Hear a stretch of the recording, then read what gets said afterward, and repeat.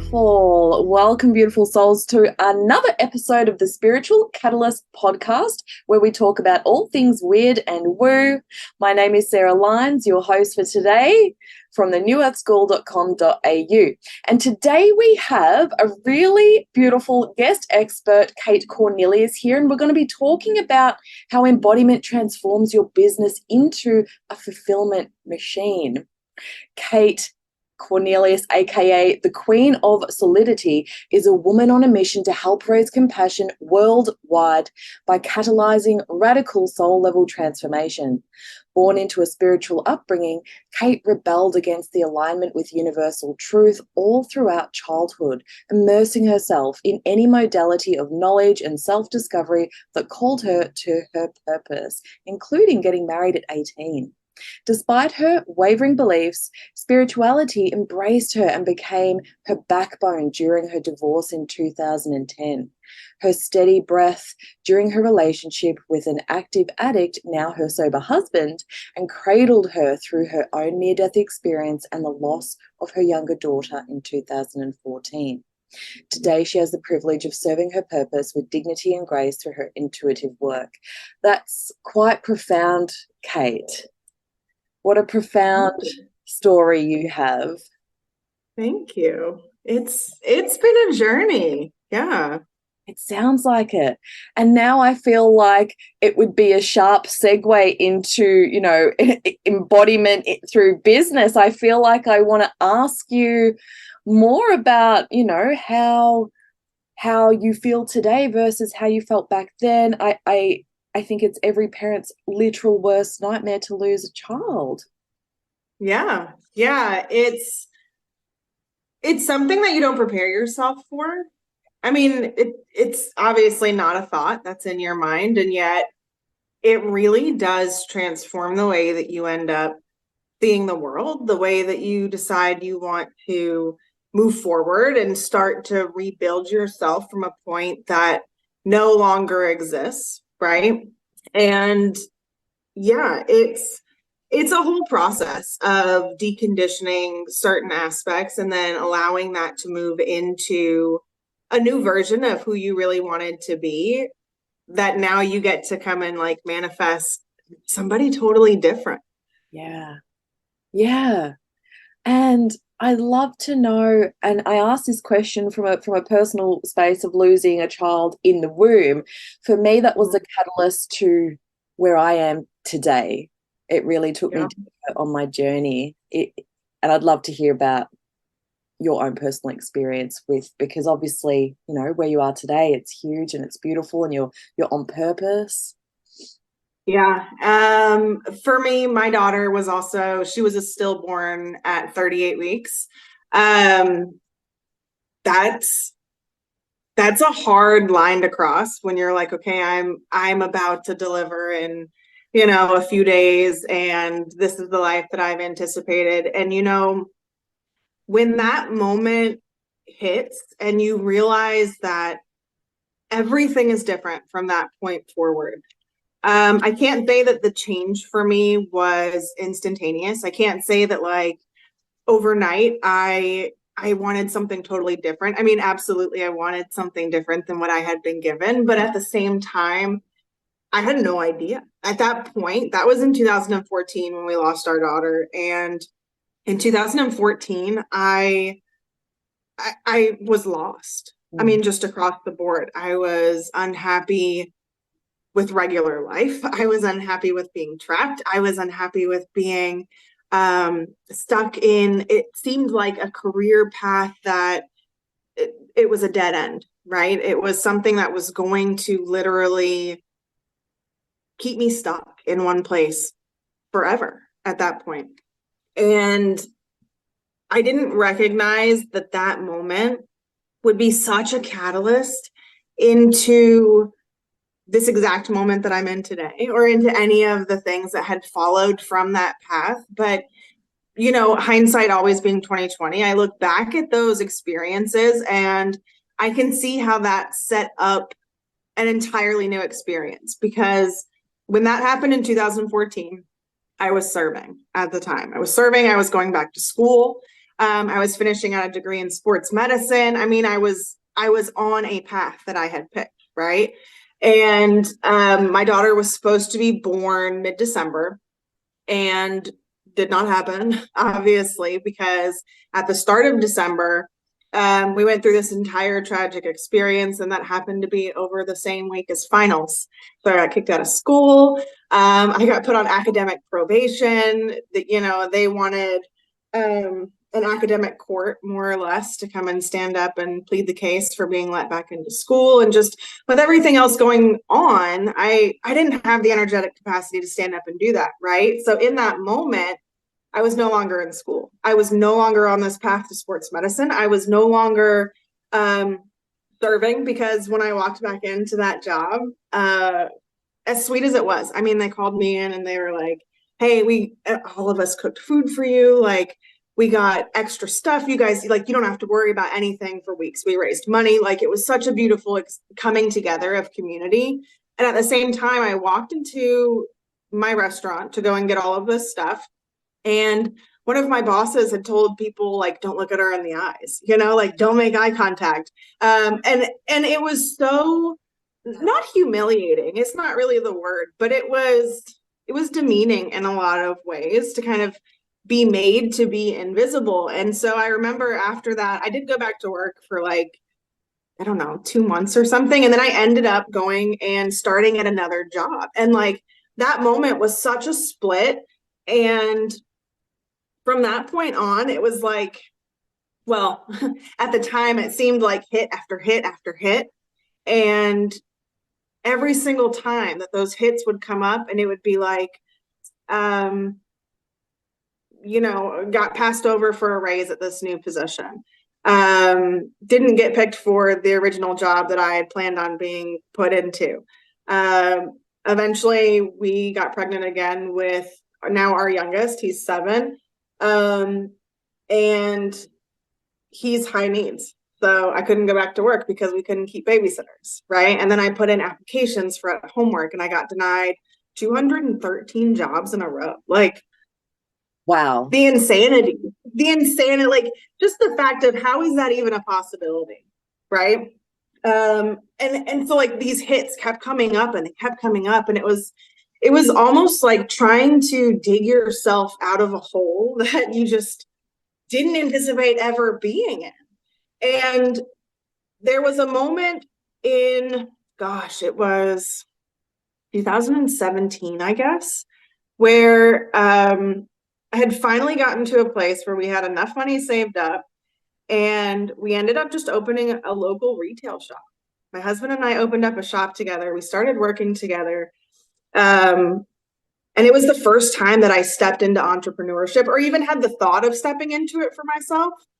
And, when I think about that entire experience, and I think about, that was a lot of that was years of hardship, right? That was easily 3, 4, 5 years on top of however much hardship was before that to get to that point, And it's one of those things that, like, when you talk to an entrepreneur, or when you talk to somebody who really feels like they're fulfilling what they are meant to be fulfilling, there's always that powerful backstory that comes in where they couldn't have even guessed what that hero's journey was going to look like in any capacity. Have you noticed that? That was going to be my exact next point, was that those of us who seem to be not just doing really well as an entrepreneur, but we're really in those mission codes, there is a deep and usually a dark backstory. And it's quite beautiful, because it cultivates that resilience that we have for entrepreneurship and to make our dreams really happen, because there's such a purpose behind it. I agree.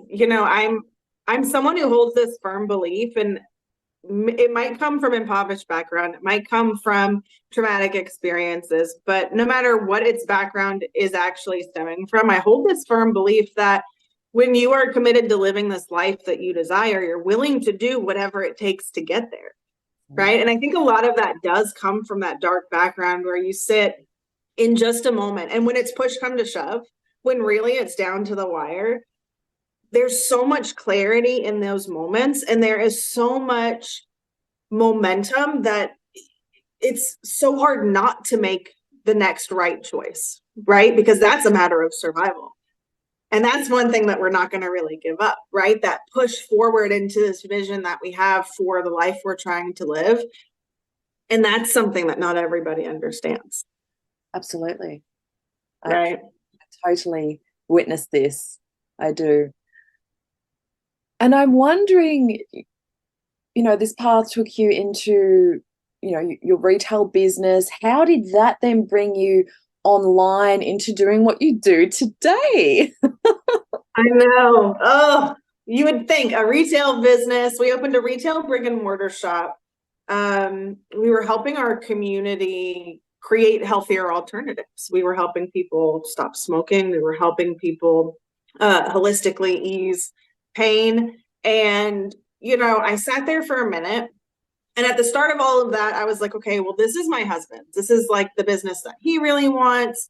And I'm just good at business. Like it's just what it is. So because I love him and because, yes, it's going to free up a lot of time and space. And I won't have to pick and poke and argue and do all of these great things. Sure, let's do it. And then once I was in it, once I was a part of witnessing not just how a brick and mortar business operates, but the fact that it didn't take that much time. That's really like I was in this place of like, okay, I was waiting for something extra. I think I was waiting for like an extra workload to fall down from somewhere, and it never ended up happening. And so I sat around for a little bit and I said, you know what? I'm doing all of these tasks. So I managed in our retail shop, I managed basically HR, so hiring, HR. I did all accounting. I did all of like the licensing and the fees and vendor support and wholesale. Like I did all of the business operations, right? And I said, okay, well, why couldn't I pick up like 2 or 3 more people? Right? Why could I not go and find these opportunities? And so I decided I was going to get online and I was going to make this focus. And 100%, I was one of those people who went on to Pinterest. I kid you not. I went on to Pinterest and I don't remember what I think I was looking for like work at home jobs is like where I started. That was where my mind was. And I came across, I think it was like an ad. I think it popped up as an ad for you could build your own bookkeeping firm. And I was like, oh, this is it. I could do that. I've been doing it. And I kid you not, I got Tiffany Higgins, it's her name. You guys, she's the have your cake and eat it too accountant, CPA, right? And I got her like it was $7.99 or something, her little ebook. And I mean, like most freebies, it wasn't chock full of information on how I could really start to do things. And I ended up doing it anyway. So I got into the online space. I got into the group. I started watching how people were navigating this online space. And I was very quickly able to tie that back into business, right? Because I was like, okay, that's this in my retail business. And that's what this is like. And so it was simple to get in and I got clients easily. And I was like, okay, this is something that I can do. And so I started that in the end of 2019. We opened our retail shop in 2018, March of 2018. And so by 2019, I had opened up this online business because I had spent enough time still working for the man, right? Even if I married him, still in the throes of doing for somebody else. And I was like, okay, now I'm in this place of coming to build it for myself. And the more I got into that and the more I started doing the work, I mean, I ended up building, a full client load. I was working 60 plus hours a week with my own accounting firm, and it was awesome. And at the same time, I was like, okay, but there has to be something different than this. There has to be a way to increase my reach. There has to be a way to increase this impact. And I'm not fulfilled. Like at the end of the day, it doesn't matter what else is going on. There's something that's missing. And I started to look into what that would look like. And I was hanging out in all of these crowds, all of these incredible people. And in 2021, I joined a coaching program. I was like, okay, I'm making this switch. And what I really wanted to do was be in the spiritual community. What I really wanted to do was work on lifestyle development and work on, I actually work a lot in productivity and embodiment, right? So how can we condense time? How can we get more done? Not just in our life. I mean, I'm a mom of, I own 3 businesses. I have to get a lot of different things done in my day, right? And that is what I end up helping people do. And it took a really long time to get to that because it's hard to transition out of accounting and then make that move into, okay, well, how do I jump into this spiritual thing? How do I jump into serving people in this new dynamic? And it took me a long time.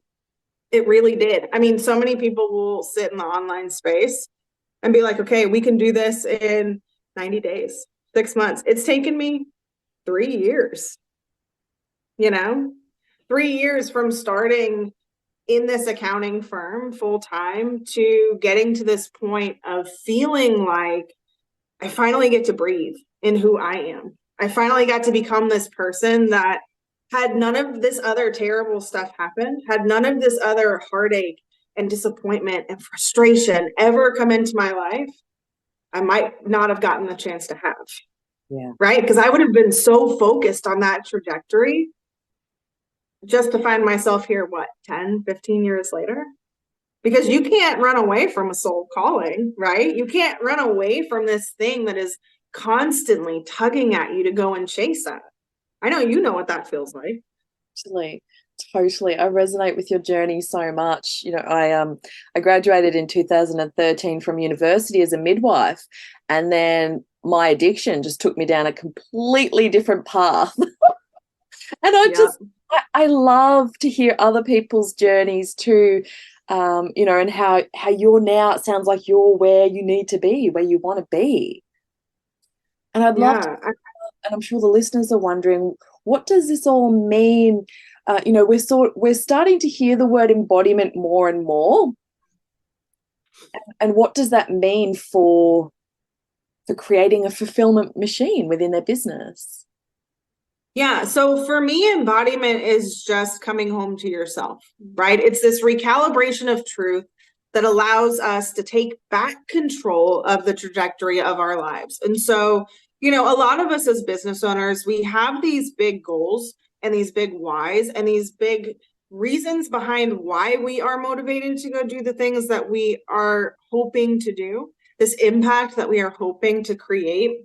And oftentimes you'll see a lot of people struggling, right? Whether they are brick and mortar retail owners or they're online service-based coaches, there are so many people who are coming up against this brick wall of sorts, right? And there's back and forth within the industry. And sometimes that looks a little bit chaotic. And most of the time, that literally just comes from this point of being out of alignment, right?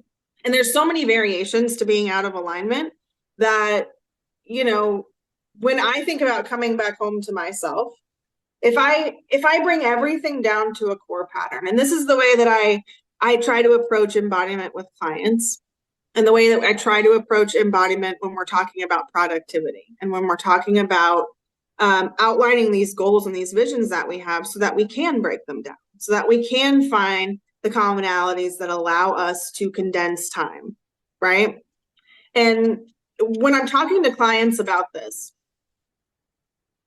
what is really occurring is we're coming in and we're saying, okay, if I can bring everything down to this core pattern of truth, well, then what happens?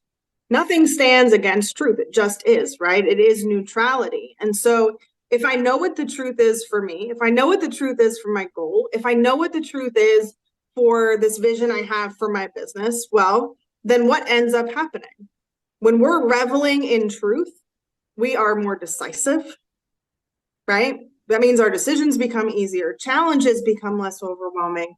We're moving with confidence. We're moving faster, right? That's what confidence really affords us. We move faster. we're more aware. We're perceiving intuitive signs that come in. That's helping us better assess that next right step for us so that we can be better decisive. And then we're also more secure.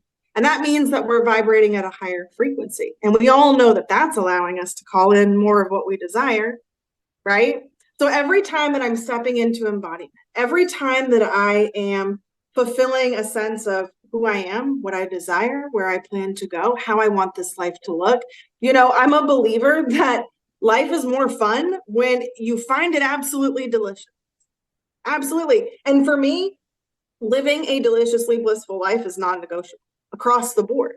And so if I'm recalibrating to truth, if I am embodying the truth of what is correct for me, what feels in alignment for me, what is in tune with these big vision goals. And I'm not talking about 1 year, or 3 years, or 5 years. I'm talking about 10 years. I'm talking about when I'm 85, right? When I'm at my very last day and I look back and I say, you know what? The one thing I don't want to be is filled with regret.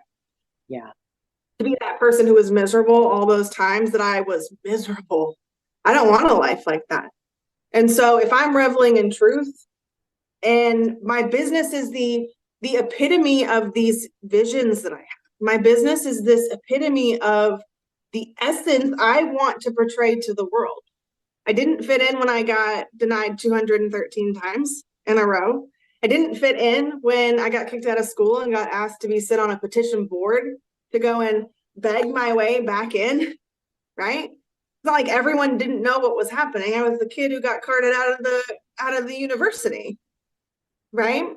But here in my business, I get to create this version of who I am, and I get to create something that every day I wake up and I'm hungry for it. Yeah. Every day I crave talking to my clients. Every day I am overjoyed to get on podcasts like this. I'm overjoyed to go and sit and share with people about the story and the places that I've been and the experiences that I've had. And that is the impact. That's the impact I desire, that fulfillment. And so when I get to recalibrate to myself, when I get to embody everything about who I am, all of the negative, all of the hurt, all of the positive, all of this beauty of getting to share with everybody else, I get to be more secure. I get to become more aware because I get to witness myself in all of these other experiences. And that allows me to be decisive. And the way that I end up doing that, the only way that I can liken it to is I sit here and I say, okay, if you had an instrument and you play a single chord, I am just a single chord in a symphony of all of this magic that surrounds me, right? And I come up to you and I say, okay, this is me, and this is what I sound like, and this is Sarah, and this is what Sarah sounds like. And I pluck the string, and your string is plucked, and if we are in harmony, then we are in harmony. And if we're not, then we're not, right? And that is how I make the decision. Is it right for me? Does it feel right for me? Does it get me to where I want to go? Does it do the least amount of harm? Across the board. And harm is not just harm to you or the guy down the road, it's harm to me too. It's harm to my thoughts, my feelings, my emotions, the people in my life. You got to see, as entrepreneurs, we have to make a ton of decisions. So it just comes down to what's important to you. Yeah. Yeah. And that always circles back to having that belief that when you desire something, you're willing to do whatever it takes to get it.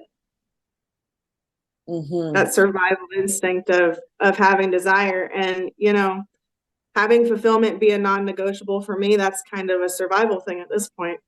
Yeah, absolutely. Beautiful. Beautiful words and such wisdom in them, Kate. Thank you so much for coming on today. I've really enjoyed speaking with you. And for those listening who would love to know more about you and the work that you do in the world, where can we find you? I spend most of my time on Facebook. You guys could find me on Facebook at Kate Sacred Solidity. And I welcome DMs. I welcome conversations. I love to hear people's stories, and I cannot wait to connect with you. Awesome. Thank you so much. And I will make sure that we pop that link in the episode details below. Thank you again so much, Kate. And thank you for those who are listening. If you enjoyed today's episode, please consider leaving us a review, and we will talk to you next time. Bye. Thank you so much.